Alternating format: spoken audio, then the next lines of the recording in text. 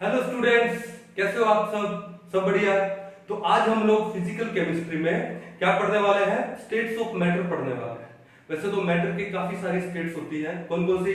जैसे solid, liquid, gas. Bio में जाए तो प्लाज्मा भी आ जाता है, लेकिन केमिस्ट्री में हम लोग मेनली तीन ही स्टेट्स की बात करते हैं। कौन सा? Solid, liquid and gas. अब जो गैस स्टेट है वो आपके क्लास 11 में टॉपिक है, और उसके बाद जो सॉलिड स्टेट है और जो लिक्विड स्टेट है, यानी जिसको हम लोग सॉल्यूशन बोलते हैं चैप्टर का नाम, वो आपके क्लास 12 में है। तो एक काम करते हैं, पहले गैसीय स्टेट पढ़ लेते हैं और उसके बाद सॉलिड स्टेट, और उसके बाद क्या पढ़ते हैं? सॉल्यूशन पढ़ते हैं, ठीक है ना।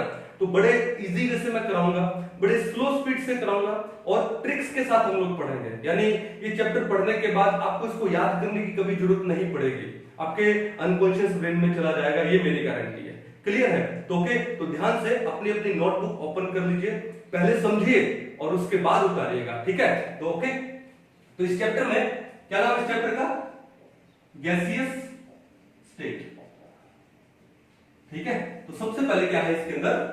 अगर गैसियस स्टेट है तो क्या है? गैस लॉज है, ठीक है। तो हमारे पास कुछ एक गैस लॉज है। अब देखो ध्यान से कि इस चैप्टर को ध्यान से समझने के लिए एक बात ध्यान रखिए कि क्या, कि यहां पर हमारे पास मेनली 4 पैरामीटर है।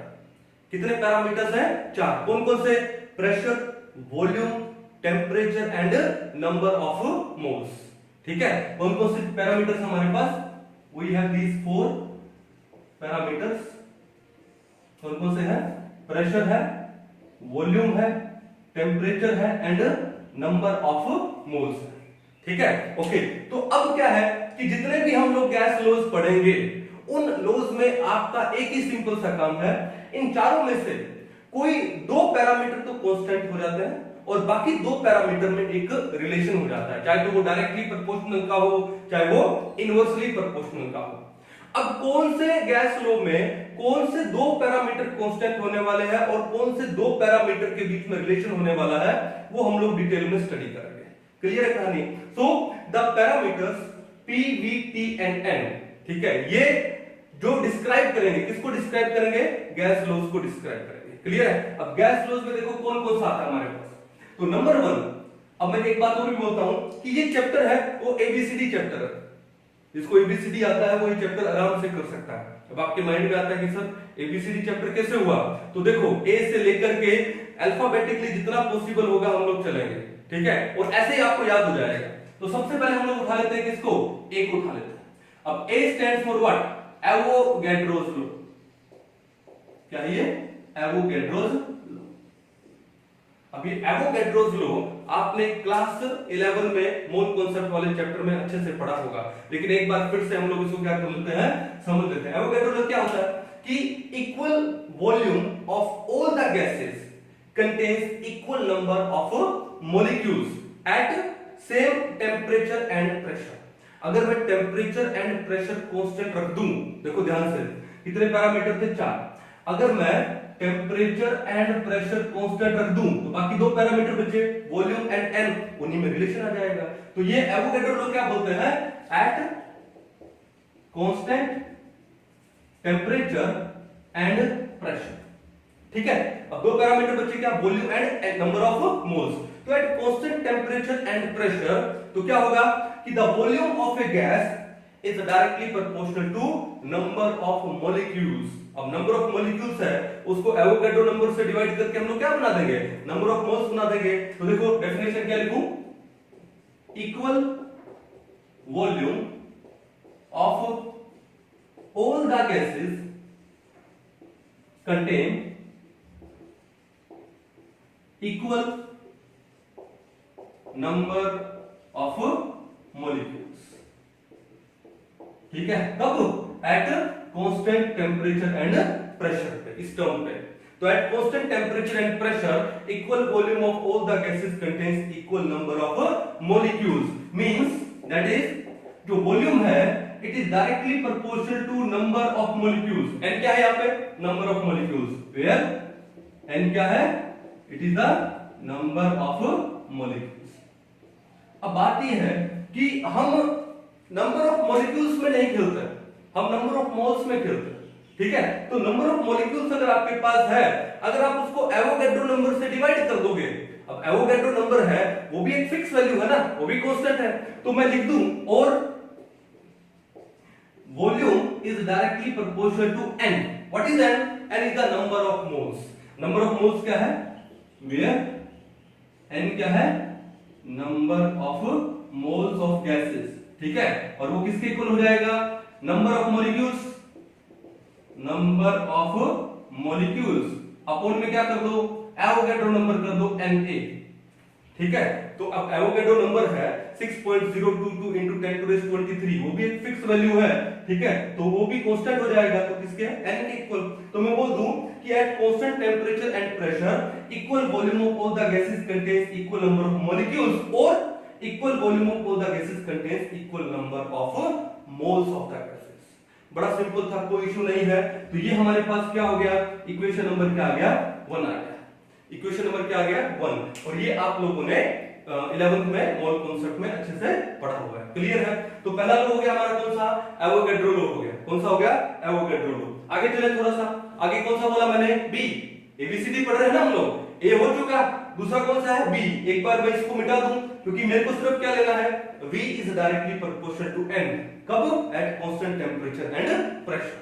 तो मैं एक बार इसको मिटाने जा रहा, ठीक है। चलो उसके बाद, ठीक है, तो पहला तो हमारा हो गया था क्या? ये मैं इसलिए लिख रहा हूं क्योंकि हमको ये जरूरत पड़ेगी आगे आने वाले एवोगैड्रोस लो, ठीक है। तो क्या था? At constant temperature and pressure volume of a gas is directly proportional to number of moles. ये हो गया इक्वेशन नंबर 1। अब आते हैं नंबर 2 पे। ए के बाद कौन आता? B. B stands for Boyle's law.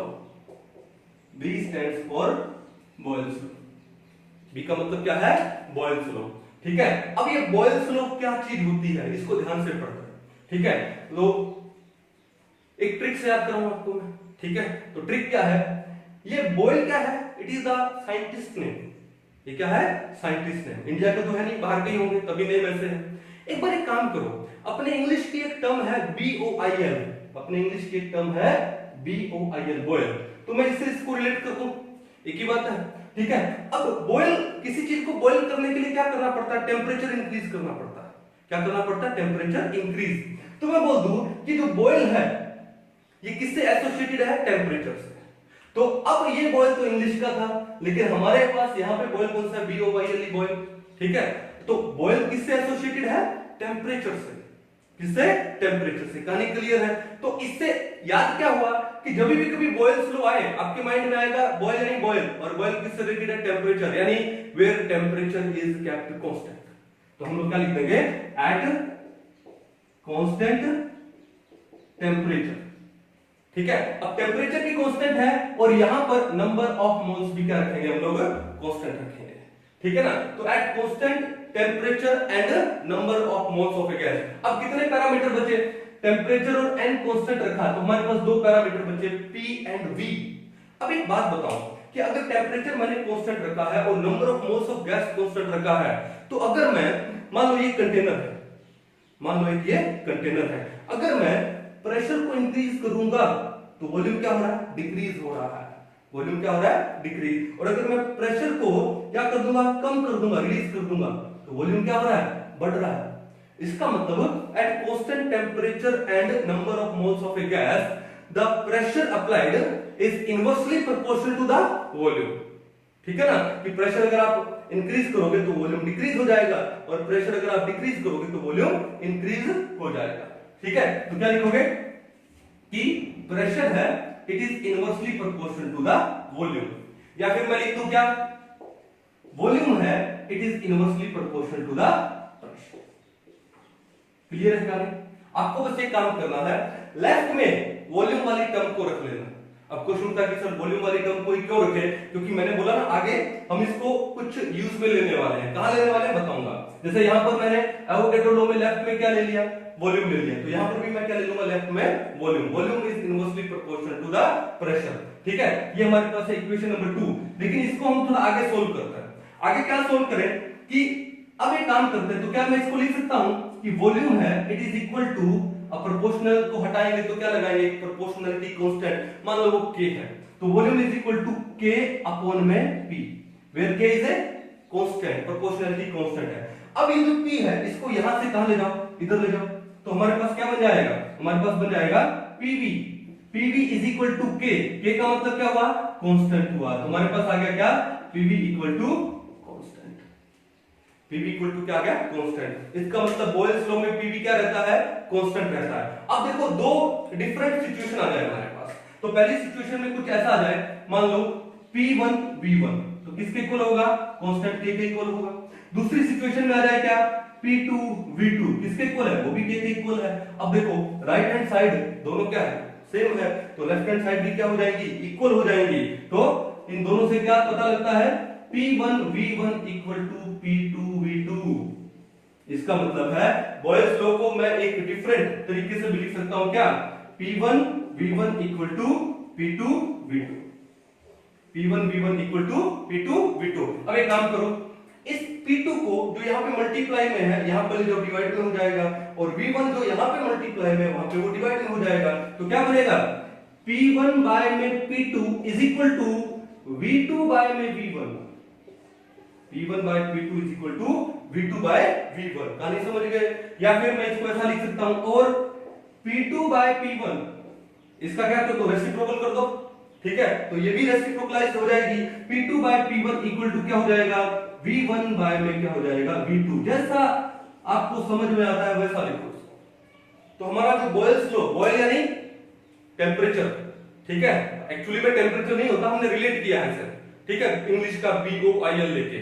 तो बॉयल यानी टेम्परेचर, मीन उसमें टेम्परेचर क्या रहेगा, कांस्टेंट रहेगा, और number of moles of gas को भी क्या कर दो, कांस्टेंट। फिर कौन से दो पैरामीटर बचे हमारे पास, प्रेशर एंड वॉल्यूम। तो at constant temperature and number of moles when pressure is increased, तो वॉल्यूम क्या हो जाता है, डिक्रीज हो जाता है, means pressure is inversely proportional to the volume of the gases. कहानी क्लियर है, कोई इशू नहीं है। तो pv कांस्टेंट हो गया, दो डिफरेंट टर्म के लिए p1 v1 equal to k, p2 v2 equal to k, तो क्या हो जाएगा, p1 v1 equal to p2 v2। या फिर मैं क्या लिख सकता हूं, p1 by p2 equal to v2 by v1, या फिर p2 bye p1 equal to v1 by v2। कोई इशू नहीं है, अच्छे से समझ लोगे, कर लोगे ना, ठीक है। तो ये था हमारा कौन सा, बॉयल्स लॉ, ठीक है। अब देखो बात ये है, अगर मैं यहाँ पे ग्राफ ड्रॉ करना चाहूं, अगर मैं यहाँ पे कुछ एक ग्राफ ड्रॉ करना चाहूं, एक बार इसको उतार दो, ठीक है। जब मैं आपको बोलूं कि आप एक बार इसको उतार लो, तो आप उसको पॉज कर दिया कीजिए वीडियो को, और उसके बाद एक बार आप लिख लीजिए, क्यों, बोर्ड इतना ही है, अपने को और भी लिखना है इसके अंदर, है ना। ओके, तो एक काम करते हैं, अभी हम लोग ग्राफ ड्रॉ करते हैं, ठीक है। तो देखो ध्यान से, अब इसके हम लोग थोड़े से ग्राफ डिस्कस करते हैं। तो ग्राफ में देखो ध्यान से कि सबसे पहले if I draw a graph between volume and pressure, तो देखो ध्यान से क्या करेंगे, हमने इस साइड में तो ले लिया क्या, प्रेशर, और यहां पे हमने क्या ले लिया, वॉल्यूम। तो ये लोग क्या बोलते हैं कि volume is inversely proportional to pressure है ना। अगर वॉल्यूम बढ़ेगा इसका मतलब क्या हुआ, प्रेशर घटेगा, है ना। तो देखो ध्यान से कि अगर मैं प्रेशर को इंक्रीज करता हूं तो वॉल्यूम क्या हो जाएगा, डिक्रीज हो जाएगा। अब एक बात देखो यार कि मैंने प्रेशर को हद से ज्यादा इंक्रीज कर दिया तो वॉल्यूम जीरो तो नहीं हो जाएगा ना, तो वो डिक्रीज कैसे होगा, देखो वो डिक्रीज होगा ऐसे, प्रेशर इंक्रीज हो रहा है तो वॉल्यूम ग्रेजुअली क्या हो रहा है, डिक्रीज हो रहा है, ठीक है ना। कहानी समझ आ गई। तो ये ग्राफ हो गया इसके बीच में, या फिर आप इस साइड में प्रेशर रख सकते हो, इस साइड में वॉल्यूम रख सकते हो, तो भी ग्राफ क्या आने वाला है, ये आने वाला है, नंबर वन। दूसरा, अगर मैं ग्राफ लेता हूं किसके बीच में, मैंने यहां पर ले लिया क्या, वॉल्यूम। अब एक चीज देखो कि volume is inversely proportional to pressure है, क्या मैं इसको ऐसे भी बोल सकता हूं कि volume is directly proportional to 1/p। Volume क्या है, 1/p के डायरेक्टली प्रोपोर्शनल है। तो अगर मैं ग्राफ वॉल्यूम एंड 1/p में लेता हूं तो क्या है, डायरेक्टली प्रोपोर्शनल, तो आपका ग्राफ कैसे आएगा, ग्राफ ही आएगा कि अगर वॉल्यूम इंक्रीज होगा तो 1/p वो भी क्या होने वाला है, ये भी इंक्रीज होने वाला है। और 1/p इंक्रीज होने का मतलब क्या है कि प्रेशर डिक्रीज हो रहा है। अगर डिनोमिनेटर कम होगा तो भी तो टोटल वैल्यू क्या आएगी, ज्यादा आएगी ना। तो ग्राफ ऐसे आएगा। या फिर आप ऐसा कर सकते हो कि आप ग्राफ ले लो किसके बीच में, प्रेशर एंड 1/v के बीच में, तो भी ग्राफ क्या आने वाला है, ये आने वाला है, कोई इशू नहीं है, कर लोगे। अब देखो अगर मैं एक ग्राफ लेता हूं किसके बीच में, मैं यहां पर तो मैंने क्या ले लिया, पीवी ले लिया, ठीक है, और मान लो यहां पर मैंने क्या ले लिया, प्रेशर ले लिया, ठीक है। तो ये बॉयल्स लॉ क्या बोलता है कि पीवी क्या है, कांस्टेंट है, क्या बोलता है ये, PV is equal to constant. अब एक बात बताओ यार, P और V का जो मल्टीपल है वो क्या है, कांस्टेंट है। वो कांस्टेंट कब होगा कि अगर एक मैंने मान लो प्रेशर को इंक्रीज कर दिया, प्रेशर को मैंने इंक्रीज कर दिया, तो वॉल्यूम है वो उसी हिसाब से क्या हो जाएगा, डिक्रीज हो जाएगा। जैसे मान लो आपके पास एक कंटेनर, आपके पास क्या है, एक कंटेनर, एक सिलेंड्रिकल कंटेनर हम लोगों ने ले लिया, ठीक है, और यहां पर हमने क्या लगा दिया, एक पिस्टन लगा दिया, ठीक है। अब मान लो कि जो अंदर का जो वॉल्यूम है वो वॉल्यूम है कितना, 1 लीटर, और ये क्या है, वॉल्यूम कितना है, 1 लीटर, V1 कर देता हूं, ठीक है, ढंग से लिख देते हैं इसको हम लोग। मान लो यहां का जो V1 है वो कितना हो गया, 1 लीटर हो गया, और हम ये जो प्रेशर अप्लाई कर रहे हैं, प्रेशर P1 वो कितना अप्लाई कर रहे हैं, मान लो 1 एटमॉस्फेयर अप्लाई कर रहे हैं, क्लियर है। तो P और V का जो मल्टीपल है, PV क्या होना चाहिए, कांस्टेंट होना चाहिए, तो P1 into V1 यहां पर कितना हो जाएगा, 1 into 1 कितना, 1। अब हमने क्या काम किया कि हमने प्रेशर को इंक्रीज कर दिया, हमने क्या कर दिया, प्रेशर को इंक्रीज। जब हम लोग प्रेशर इंक्रीज करेंगे तो वॉल्यूम डिक्रीज हो जाएगा, हमने प्रेशर कर दिया मान लो डबल। अब यहां पर जो नया प्रेशर है P2 वो कितना हो गया, 2 एटमॉस्फेयर। अब क्वेश्चन उठता है कि तो V2 कितना हो जाएगा, अरे PV तो कांस्टेंट है ना, 1 into 1 कितना है, 1 है, तो इनका मल्टीपल भी क्या आना चाहिए, 1 आना चाहिए। तो 2 into मैं क्या करूं कि जो 1 आए तो जो V2 है वो कितना हो जाएगा, 0.5 लीटर, तो 2 into 0.5 कितना हो गया, 1 हो गया। तो प्रेशर को इंक्रीज करोगे तो वॉल्यूम क्या हो जाएगा, डिक्रीज है, तो इसका मतलब किसी एक टर्म को इंक्रीज करोगे तो दूसरी टर्म ऑटोमेटिकली डिक्रीज हो जाने वाली है, to maintain this PV constant. कहानी समझ आ गई। तो मैंने ग्राफ लिया किसके बीच में, पीवी वर्सेस पी के बीच में ग्राफ लिया, और प्रेशर को मैं इंक्रीज कर रहा हूं, तो पीवी पे क्या फर्क पड़ेगा, कोई फर्क नहीं पड़ेगा, बिकॉज पीवी क्या है, कांस्टेंट है, तो आपका ग्राफ क्या आ जाएगा, क्लियर है। अब यहां पर प्रेशर की जगह मान लो मैं यहां पे वॉल्यूम ले लेता तो क्या हो जाता, तो भी ग्राफ क्या आता, ये आता, क्यों, क्योंकि अगर मैं वॉल्यूम इंक्रीज कर रहा हूं तो प्रेशर क्या हो जाएगा, डिक्रीज हो जाएगा, तो why, to maintain PV constant. तो ये है इसके ग्राफ। आई थिंक कोई बड़ी बात नहीं है, बड़ा सिंपल सा था ये, ठीक है ना, अच्छे से इसको उतार लीजिए, फिर हम लोग आगे नेक्स्ट लॉ के ऊपर चलते हैं। चलो अभी हम लोग कहां चलते हैं, थर्ड लॉ के ऊपर चलते हैं। एबीसी में हमने एबी पढ़ लिया, A for Avogadro law, B for Boyle's law. अभी जो थर्ड लॉ है बड़ा इंपॉर्टेंट है वो भी, ठीक है, क्या नाम है उसका, उसका नाम है सी फॉर चार्ल्स लॉ। अब आपके माइंड में आ रहा होगा कि सर बी को तो बॉयल्स से रिलेट कर दिया, टेम्परेचर से रिलेट कर दिया, अब चार्ल्स को किससे रिलेट करोगे। तो देखो मेरा ये मानना है कि हमारी लाइफ में एक्सपीरियंस का बहुत बड़ा योगदान है। अब वो एक्सपीरियंस क्वालिटी भी हो सकता है और वो क्वांटिटी भी हो सकता है, ठीक है। अब वो क्वालिटी कैसे, कि जब मैं स्टूडेंट था, हालांकि साइंस के तो हम लोग हमेशा मरते दम तक स्टूडेंट ही रहेंगे, ठीक है, लेकिन जब हम लोग स्टडी करते थे तो उसमें क्या था कि नॉर्मली एक हैबिट होती है बच्चों की, जैसे मेरी भी हैबिट थी कि सामने टीवी चल रहा है और मैं अपना यहाँ पे स्टडी कर रहा हूँ, फिजिक्स पढ़ रहा हूँ या केमिस्ट्री या बायो पढ़ रहा हूँ या मैथमेटिक्स के क्वेश्चन सॉल्व कर रहा है, ठीक है ना।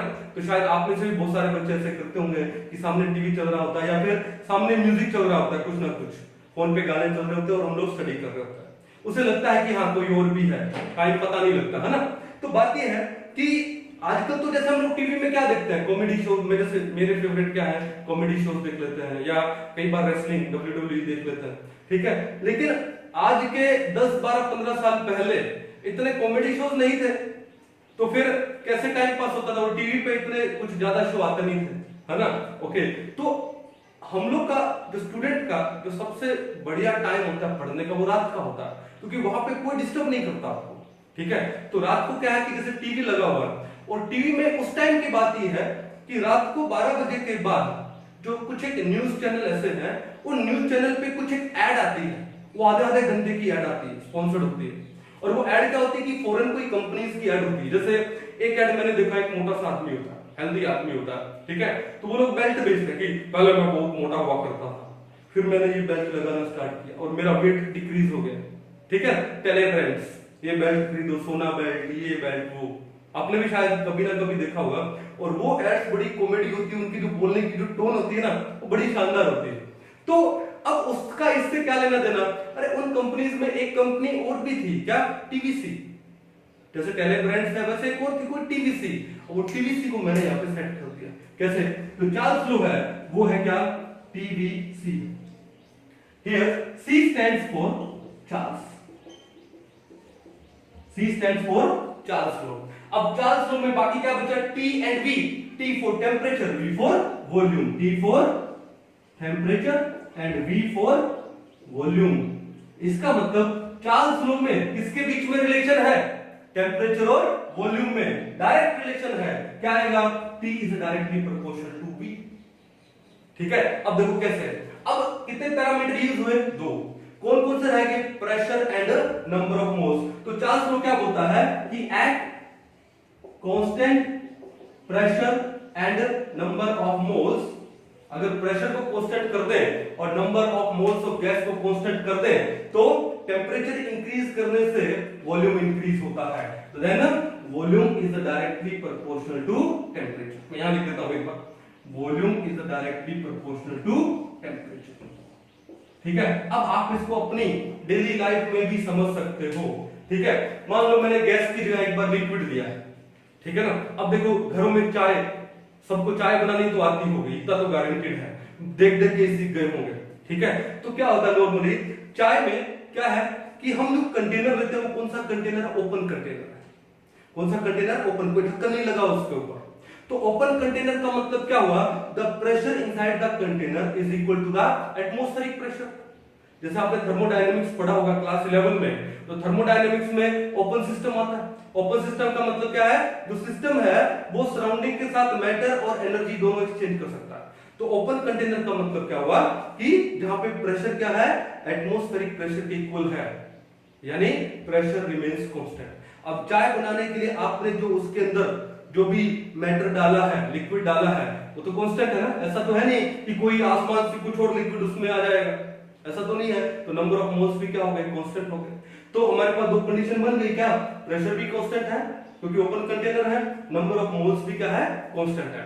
अब उसमें आप क्या, आपने गैस जलाया हुआ है, तो गैस जलाने का मतलब टेम्परेचर इंक्रीज हो रहा है। तो एक स्टेज आती है, उसके बाद जो चाय है वो धीरे धीरे क्या आती है? ऊपर आती है। ऊपर आने का मतलब क्या है? उसका वॉल्यूम क्या हो गया? इंक्रीज हो गया। यानी टेम्परेचर इंक्रीज करने से वॉल्यूम इंक्रीज होता है। कौन सी कंडीशन पे? Eight constant pressure and number of moles. अब वो तो लिक्विड है, और अगर उस चाय की जगह मैं कोई गैसेस ले लूं, तो भैया गैसेस में अगर मैं टेम्परेचर को इंक्रीज करूं और हमारा कंटेनर क्या है? ओपन है, तो भैया गैसेस में तो वॉल्यूम और ज्यादा इंक्रीज होता है। कहानी समझ आ गई? तो रिलेट कर पा रहे हो? तो क्या बोला चार्ल्स लॉ ने कि at constant pressure and number of moles the temperature applied is directly proportional to the volume of the gas. Volume increase होगा टेम्परेचर इंक्रीज करने से, और वॉल्यूम डिक्रीज हो जाएगा टेम्परेचर डिक्रीज करने से। कहानी क्लियर है? तो एक रिलेशन और आ गया, V is directly proportional to क्या आ गया? T आ गया। V is directly proportional to T। कर लोगे? किससे रिलेट करोगे? TVC, T for temperature, V for volume, C for charge. ठीक है ना? तो देखो एक्सपीरियंस काम आ रहा है कि नहीं आ रहा? आ रहा है ना? चलो अब ये भी ट्रिक से याद हो जाएगा, कोई इशू नहीं। एक बार मैं इसको मिटा देता हूं। अब बात ये है कि हमारे पास दो डिफरेंट कंडीशन आ जाए, तो पहली कंडीशन के लिए इसको पहले सोल्व कर लेते हैं। इसका मतलब क्या हुआ कि V इज इक्वल टू क्या हो गया? KT हो गया। एक प्रोपोर्शनलिटी कांस्टेंट हमने लगा दिया K। ठीक है, पहली कंडीशन के लिए V1 is equal to KT1 और दूसरी कंडीशन के लिए V2 is equal to KT2 हो जाएगा। ओके, तो आप एक काम करो, T1 को यहां ले आओ, तो क्या हो गया? V1 upon T1 equal to K, और यहां पर ये क्या हो गया? V2 upon T2 is equal to K। दोनों में राइट हैंड साइड सेम है, तो लेफ्ट हैंड साइड क्या हो जाएगी? इक्वल हो जाएगी। तो हमारे पास क्या आ जाएगा? V1 upon T1 equal to V2 upon में T2। V1 upon T1 equal to V2 upon T2। एक काम करो, V1 को इधर ले आओ, T1 को इधर ले आओ, तो क्या बन जाएगा? V1 upon V2 equal to T1 upon T2। कौन सा लो है? चार्ल्स लो। कब? At constant pressure and number of moles of that gas. Clear है? कोई दिक्कत नहीं है, कर लोगे अच्छे से, ठीक है। तो ये हमारा कौन सा लो था? थर्ड लो था, क्या? चार्ल्स लो, ठीक है। करोगे? चलो मैं एक बार इसको मिटा दूं। चलिए अब हमारे पास क्या हुआ? तीन लॉज आ गए। हमारे पास क्या आ गए? तीन लॉज आ गए, ठीक है। एक काम करते हैं, मैं एक बार इसको मिटा देता हूं, एक बार, ठीक है। याद तो हो गए होंगे, रिवाइज कर लो एक बार। कौन कौन से लॉ हैं? ए बी सी, अभी हमने ए बी सी पढ़ा है, ठीक है। डी ई एफ आगे पढ़ेंगे। तो गैस लॉज में पहला लॉ कौन सा पढ़ा हम लोगों ने? एवोगैड्रोस लॉ पढ़ा है। और एवोगैड्रो लॉ क्या बोलता है? क्या बोलता है? V is directly proportional to N। कब? When at constant क्या क्या बचा? P and T। क्लियर है? दूसरा हमने क्या पढ़ा था? दूसरा हमने पढ़ा था क्या? B for Boyle's law। बोल यानी टेम्परेचर, टेम्परेचर कांस्टेंट होता है, तो हमने क्या पढ़ा था? V is inversely proportional to P। कब? At constant temperature and number of moles. तीसरा हमने क्या पढ़ा है? Charles law, TBC. Charles law, TBC, यानी V is directly proportional to T। कब? At constant क्या? Pressure and number of moles. पढ़ा है? अब एक काम करो, इन तीनों लॉज को कंबाइन करो। अब तीनों को कंबाइन करेंगे तो क्या हो जाएगा? A B C. क्या हो जाएगा? A B C. तो हमारे पास अगला लो है कौन सा? A B C law. क्या है? A B C law. तो पहले ये पढ़ते हैं कि ए बी सी लो क्या है। ए बी सी लो का मतलब when we combine these three laws together, A for Avogadro, B for Boyle, C for Charles law. मैंने बड़े स्मार्टली जो वॉल्यूम था उसको कहां पे रखा है? लेफ्ट में रखा है। कहां पे रखा है? लेफ्ट में। तो ध्यान से देखो यहां पे, तो क्या लिखोगे? फ्रॉम इक्वेशन 1 2 एंड 3, इन तीनों से क्या आएगा? लेफ्ट में क्या आएगा? v। It is directly proportional किसके? n। इनटू में क्या हो गया? 1/p। इनटू में क्या हो गया? t। इजी था। ये p यहां डिवाइड में है, यहां पे आके क्या हो जाएगा? मल्टीप्लाई में। तो pv is directly proportional to nt। pv is directly proportional to nt। अब ये डायरेक्टली प्रोपोर्शनल साइन हटाएंगे तो क्या लगाएंगे? Proportionality constant. किस चीज की बात कर रहे हैं हम लोग? गैसेस की बात कर रहे हैं। तो यहां पर जो प्रोपोर्शनैलिटी कांस्टेंट Pv क्या जाएगा? Is equal to n RT, ठीक है। Pv equal to n RT। ये जो R है, here R is the proportionality constant। as we are talking about gases, तो इस R को हम लोग क्या बोलते हैं? गैस कांस्टेंट बोलते हैं। क्या बोलते हैं? where R is known as a universal gas constant।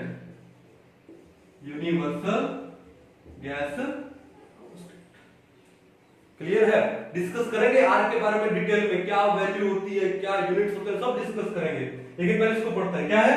PV किसके इक्वल आ गया? एनआरटी। लेकिन ये पीवी इक्वल टू एनआरटी की हमारे पास इक्वेशन आई है। इस इक्वेशन को हम लोग क्या बोलते हैं? Ideal gas equation. क्या बोलते हैं? This equation is known as what? Ideal gas equation. क्या बोलते हैं इसको हम लोग? Ideal gas equation. अब देखो एक बार थोड़ा सा प्रैक्टिकली जूम करते हैं। हमने वर्ड बोला आइडियल, हम डायरेक्ट भी तो बोल सकते थे गैस इक्वेशन। नो, हम डायरेक्ट नहीं बोल सकते थे, हमको आइडियल लगाना जरूरी था। क्यों आइडियल? मेरे को एक बताओ, क्या दुनिया में कोई चीज आइडियल हो सकती है? जैसे आप अपना एग्जांपल ले लो, मैं मेरा एग्जांपल ले लेता हूं। तो क्या हम हमारे माँ बाप के, हमारे एल्डर्स के, हमारे टीचर्स के आइडियल बच्चे हैं? नहीं। आइडियल का मतलब क्या है कि जो हर एक सिचुएशन में बिना कोई क्वेश्चन किए, ठीक है, अपने बड़ों का, अपने माँ बाप का, एल्डर्स का या टीचर्स का ऑर्डर फॉलो करे, उसे बोलते हैं आइडियल चाइल्ड। तो हम लोग आइडियल तो नहीं है, ठीक है। हमने कभी अपने माँ बाप का कोई ऑर्डर फॉलो नहीं किया होगा, टीचर्स का भी कई बार नहीं किया होगा, ठीक है, बड़ों का भी नहीं किया होगा। इसका मतलब वी आर नॉट आइडियल। तो दुनिया में ऐसा कोई बच्चा है जिसने कभी भी अपने माँ बाप का या ऑर्डर फॉलो ना किया हो? ऐसा कोई नहीं है, इसका मतलब कोई आइडियल नहीं है। तो वैसे ही कि जो हमारे पास बहुत सारी गैसेस हैं, तो आइडियल गैस का मतलब क्या होता है? A gas which obeys all the gas laws at every condition. एक गैस जो सारे गैस लॉज को फॉलो करती है at every range of concentration and temperature and pressure. लेकिन क्या ऐसी कोई गैस हो सकती है? नो। क्यों? क्योंकि हम जिन गैसेस को जानते हैं, ऑक्सीजन है, नाइट्रोजन है, हाइड्रोजन है, हीलियम है, कार्बन डाइऑक्साइड है, सल्फर डाइऑक्साइड है, क्लोरीन है, HCl है, मीथेन है, कार्बन मोनोऑक्साइड है, हम जिन जिन गैसेस को हम लोग जानते हैं, they all are real gases. They all are real gases. ठीक है, सबका अलग अलग क्या होगा? बॉइलिंग पॉइंट होगा, अलग अलग फ्रीजिंग पॉइंट होगा, सेम तो नहीं होगा। तो वो इन सभी गैस लॉज को परफेक्टली ओबे नहीं करती है, that's why they are known as real gases. लेकिन जो गैस इन सभी गैस लॉज को ओबे करे एट एवरी कंडीशन, उस गैस को क्या बोलेंगे? आइडियल गैस बोलेंगे। और आइडियल गैस नाम की कोई चीज है नहीं, it's a hypothetical gas. Ideal gas is an imaginary gas. अब देखो साइंस में हम मोस्टली हाइपोथेटिकल चीजों के बारे में पढ़ते हैं। जैसे अगर मैं केमिस्ट्री की बात कर लूं, तो केमिस्ट्री में hybridisation is a hypothetical concept, real में तो एग्जिस्ट करता नहीं है। ठीक है, दूसरा resonating structures are hypothetical. Real structure तो क्या होती है? रेजोनेंस हाइब्रिड होती है, रेजोनेटिंग हाइब्रिड होता है। रेजोनेटिंग स्ट्रक्चर्स क्या होते हैं? हाइपोथेटिकल। वैसे आइडियल गैस क्या होती है? It's a hypothetical gas. तो कोई एग्जांपल तो आप दे नहीं सकते, आप सिर्फ बोल ही सकते हो a gas which obeys all the gas laws at every condition, उसे हम लोग क्या बोलते हैं? Ideal gas. ठीक है, तो ये जो इक्वेशन आई है PV इक्वल टू nRT, ये इक्वेशन किसकी है? आइडियल गैस इक्वेशन है। क्या है ये? Ideal gas equation. मार्कर करेंगे। हाँ, तो क्या हुआ? हमने क्या बोला? इसको हम लोग क्या बोलते हैं? ABC लो, या फिर हम इसको क्या बोलते हैं? Ideal gas equation. और आइडियल गैस इक्वेशन क्या हो जाएगी आपकी? PV equal to nRT, where R is the gas constant. कहानी क्लियर है? तो जो R गैस कांस्टेंट है, उसकी क्या बोलते हैं कि कहां से वो पैदा हुआ? वो आइडियल गैस इक्वेशन से पैदा हुआ। कहानी क्लियर है? तो आइडियल गैस इक्वेशन के लिए अगर आपको डेरिवेशन करना हो, बड़ा इजी है। ये तीनों जो गैस लॉज हैं, इन तीनों गैस लॉज को कंबाइन कर दीजिए, यानी ABC लो कर दो इसको। तो ABC लो क्या होता है? आइडियल गैस लो होता है। कहानी समझ गए? अगर इसको मैं थोड़ा सा आगे और डिटेल में ले जाऊं, तो देखो ध्यान से, डिटेल में क्यों? क्योंकि हमको आगे न्यूमेरिकल्स भी करने हैं। अब देखो यहां पर क्या होगा कि पहली कंडीशन के लिए देखो क्या हो जाएगा? P1 V1 equal to nRT1। तो इसको N1 भी कर दो। P1 V1 equal to N1 into में RT1। अब सर R को R क्यों लिखा? अरे तो कांस्टेंट है, तो R तो R ही रहेगा, उसको तो R1 R2 कर नहीं सकता हूं। बाकी प्रेशर मान लो मैंने चेंज कर दिया, वेरिएबल कर दिया, वॉल्यूम वेरिएबल कर दिया, number of moles of gas variable कर दिया। चलो मान लो number of moles of gas आपने कांस्टेंट रखा है, वो वेरिएबल कर दोगे तो कैसे चलेगा? ठीक है, तो हमने n को क्या कर दिया? कांस्टेंट कर दिया। तो प्रेशर चेंज हो सकता है, वॉल्यूम चेंज हो सकता है, टेंपरेचर चेंज हो सकता है, but number of mole of gas को हमने क्या कर दिया? कांस्टेंट कर दिया। और R तो वैसे ही गैस कांस्टेंट है। तो पहली कंडीशन के लिए क्या हो गया? P1 V1 equal to nRT1। और दूसरी कंडीशन के लिए क्या हो गया? P2 V2 equal to nRT2। Clear है? तो एक काम करो, इसको मैं ऐसे लिख दूं, ये T1 को यहां ले आओ, तो ये क्या बन जाएगा? ये बन जाएगा P1 V1 upon T1 equal to nR। और ये क्या हो जाएगा? P2 V2 upon T2 equal to nR। तो दोनों में राइट हैंड साइड क्या है? सेम है, तो लेफ्ट हैंड साइड क्या हो जाएगी? इक्वल हो जाएगी। तो हमारे पास क्या आ गया? P1 V1 upon T1 equal to P2 V2 upon T2। तो ये फॉर्मूला भी काम आएगा। कहां से आया फॉर्मूला? Ideal gas equation. ठीक है, तो P1 V1 upon T1 equal to P2 V2 upon T2। कब? At constant number of moles of gas. जब number of mole of gas क्या रहे? कांस्टेंट रहे, तो हमारा जो आइडियल गैस का फॉर्मूला तो डिफरेंट सिचुएशन में क्या हो जाएगा? P1 V1 upon T1 equal to P2 V2 upon में T2। क्लियर कहानी है? कोई इशू नहीं है। तो अच्छे से एक बार इसको उतार दीजिए, हमने डेरिवेशन पढ़ा है बढ़िया से, है ना? ओके, उसके बाद हम लोग किसकी बात करें? गैस कांस्टेंट की बात करते हैं एक बार। ठीक है, तो एक बार इसको अच्छे से उतार। चले आगे। तो हमने पढ़ लिया क्या? एबीसी लो पढ़ लिया, यानी आइडियल गैस इक्वेशन पढ़ ली, क्या है पीवी इक्वल टू एनआरटी। ठीक है, आई होप आपको शायद ये अभी याद रखने की जरूरत नहीं पड़ेगी। A for Avogadro, B for Boyle's, C for Charles law. और इनमें एवोगैड्रो में क्या होता है, बॉयल्स में क्या होता है और चार्ल्स में क्या होता है। ठीक है, अब देखो आगे हम लोग पढ़ने वाले किसके बारे में, यूनिवर्सल गैस कांस्टेंट के बारे में। ठीक है, तो आगे हम लोग क्या पढ़ेंगे, देखो universal gas constant, nature of universal gas constant, इसे लिखते हैं हम इसको आर से। ठीक है, तो इसके बारे में थोड़ा सा पता लगाते हैं कि इसकी क्या वैल्यू है, क्या यूनिट्स है। तो देखो अभी हमने आइडियल गैस इक्वेशन क्या पढ़ी है, क्या पढ़ी हम लोगों ने, आइडियल गैस इक्वेशन क्या पढ़ा है, PV इक्वल टू nRT पढ़ा है ना ये हम लोगों ने। ठीक है, अब ये देखो एक काम करो, R को एक साइड में छोड़ दो और बाकी सारे टर्म्स को दूसरी साइड में ले जाओ, तो हमको क्या मिलेगा, R is equal to, R किसके इक्वल हो जाएगा, PV बाय में NT, R is equal to PV upon में NT। क्लियर है, कोई इशू नहीं है। अब एक काम करो, यहां पे प्रेशर ले लिया, अगर हम लोग प्रेशर को ले ले एटमॉस्फेरिक प्रेशर, क्या 1 एटमॉस्फेयर, तो देखो इफ P कितना ले लिया हम लोगों ने, 1 एटमॉस्फेयर ले लिया। ठीक है, N नंबर ऑफ मोल्स कितना ले लूं, 1 ले लूं, और टेम्परेचर कितना ले लूं मैं, 0 डिग्री सेल्सियस। टेम्परेचर कितना ले लिया, 0 डिग्री सेल्सियस। अब 0 डिग्री सेल्सियस किसके इक्वल होता है, वो होता है 273.15 केल्विन। बट न्यूमेरिकल पर्पस से, ताकि थोड़ा सिंपल हो जाए, कैलकुलेशन इजी हो जाए, हम लोग क्या ले लेते हैं, 273 केल्विन ले लेते हैं। पता होना चाहिए 273.15 होता है क्या केल्विन, 0 डिग्री सेल्सियस। लेकिन थोड़ा न्यूमेरिकल्स में कैलकुलेशन इजी करने के लिए 273 केल्विन ले लेंगे। ठीक है, तो प्रेशर ले लिया हमने 1 एटमॉस्फेयर, टेम्परेचर ले लिया 273 केल्विन। तो हमारी ये कौन सी कंडीशन हो गई, हमारी ये एसटीपी वाली कंडीशन हो गई। कौन सी कंडीशन हो गई, STP, standard temperature and pressure. अब हमने मोल कॉन्सेप्ट में आप लोगों ने क्या पढ़ा होगा कि at STP 1 mole of any gas it occupies 22.4 litre.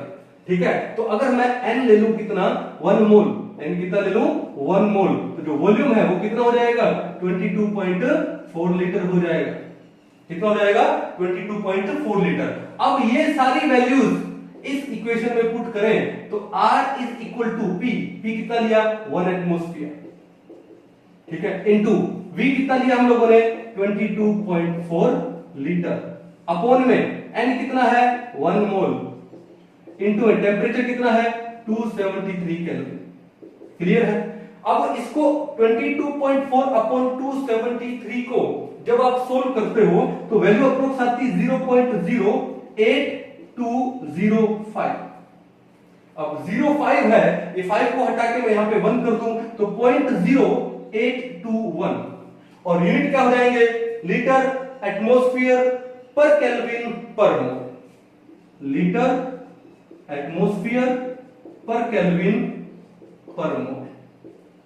तो जो R की वैल्यू है लीटर एटमॉस्फेयर पर केल्विन पर मोल में कितना है, 0.0821 है।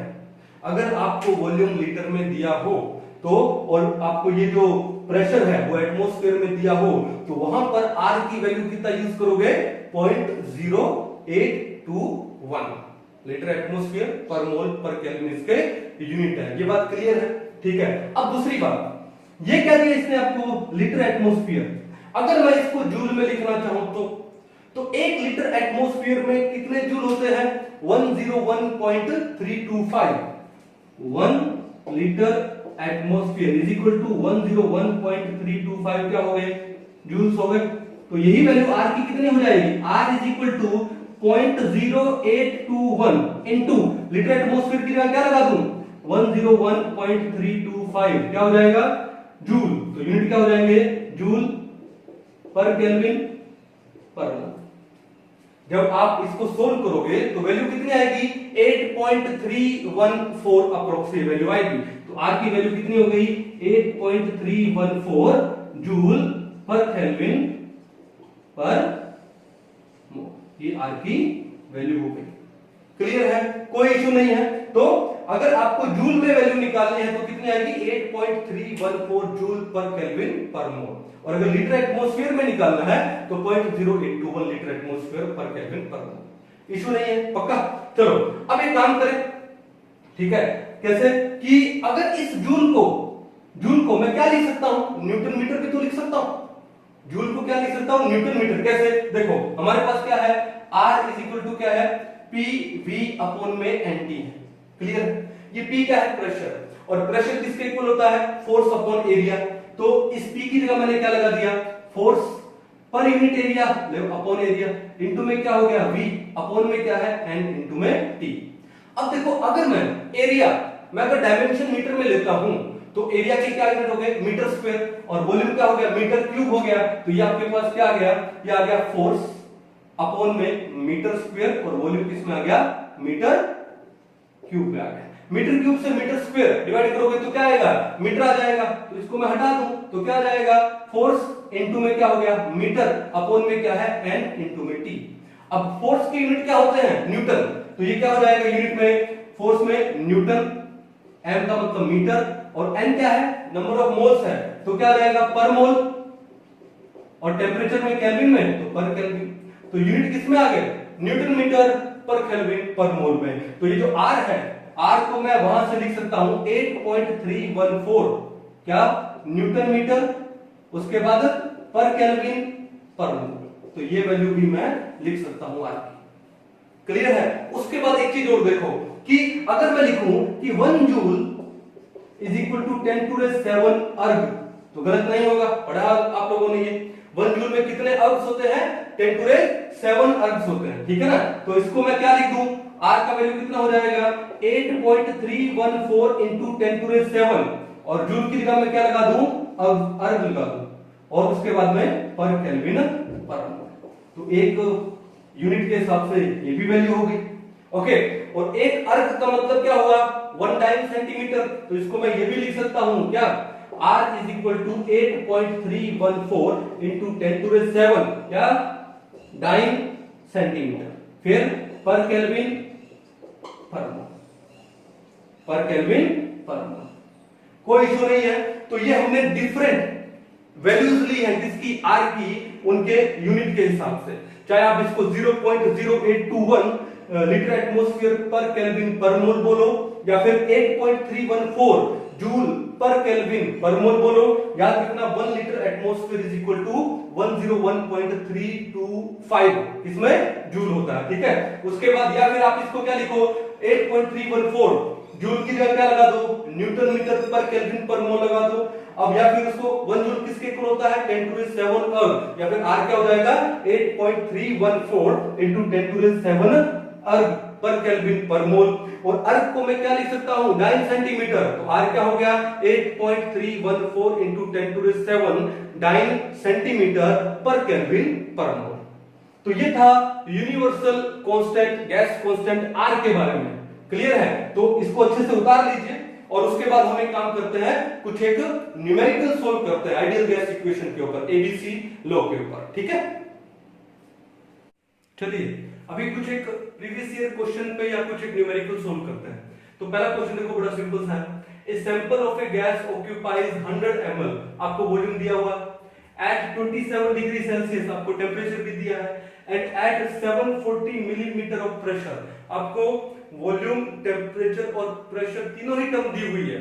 चलो, when it's volume is change to 80 ml, पहले V1 कितना था, एक काम करो, थोड़ा सिंपल सा है, जो जो चीज आपको दी हुई है उसको पहले लिख लो, ठीक है। V1 आपको क्या दिया, इसने V1 दिया है, V1 कितना है 100 ml, तो अब इसने V2 कितना कर दिया, कितना चेंज कर दिया, 80 ml कर दिया, 80 ml। क्लियर है कहानी, ओके।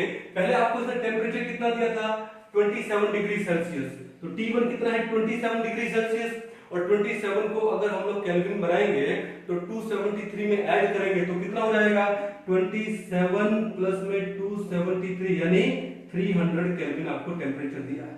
और T2 क्या बोलता था temperature of the gas will be, तो T2 आपको निकालना है, ओके।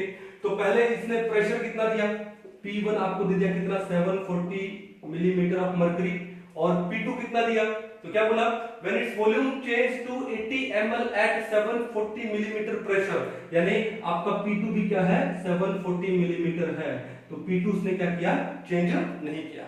ठीक है, इस क्वेश्चन कैसे करें, बड़ा सिंपल वे है। ठीक है, आइडियल गैस इक्वेशन लगा दो। ठीक है, नंबर ऑफ मोल्स की तो बात ही नहीं हुई, एक गैस दिया है तो n कांस्टेंट हो गया। ठीक है, तो वैसे यहाँ पर n भी कांस्टेंट हो गया और यहाँ पर क्या हो गया, p भी कांस्टेंट हो गया। तो रिलेशन किसके बीच में है, देखो p भी कांस्टेंट है ना, तो रिलेशन किसके बीच में हुआ, v और t के बीच में हुआ। तो क्या याद रखोगे, TVC, चार्ल्स लॉ। कौन सा लॉ है ये, चार्ल्स लॉ।